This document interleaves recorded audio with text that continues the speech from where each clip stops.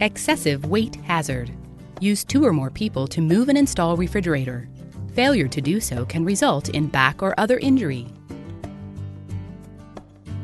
With the doors open to approximately 90 degrees, remove the front base grill by using a Phillips head screwdriver to remove the 2 screws that attach the front base grill to the frame. Grasp both outside corners of the base grill and pull toward you. Opening the doors to an angle greater than 90 degrees will prevent the grill from coming off. Close the doors.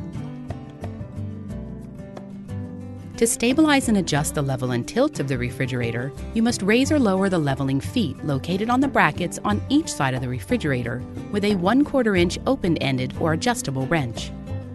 Each leveling foot can be raised and lowered independently.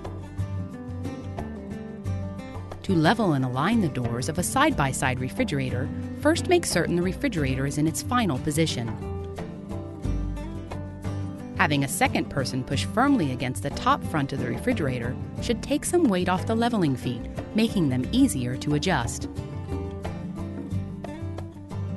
Stabilize the refrigerator by turning each leveling foot clockwise to lower them so they're in firm contact with the floor.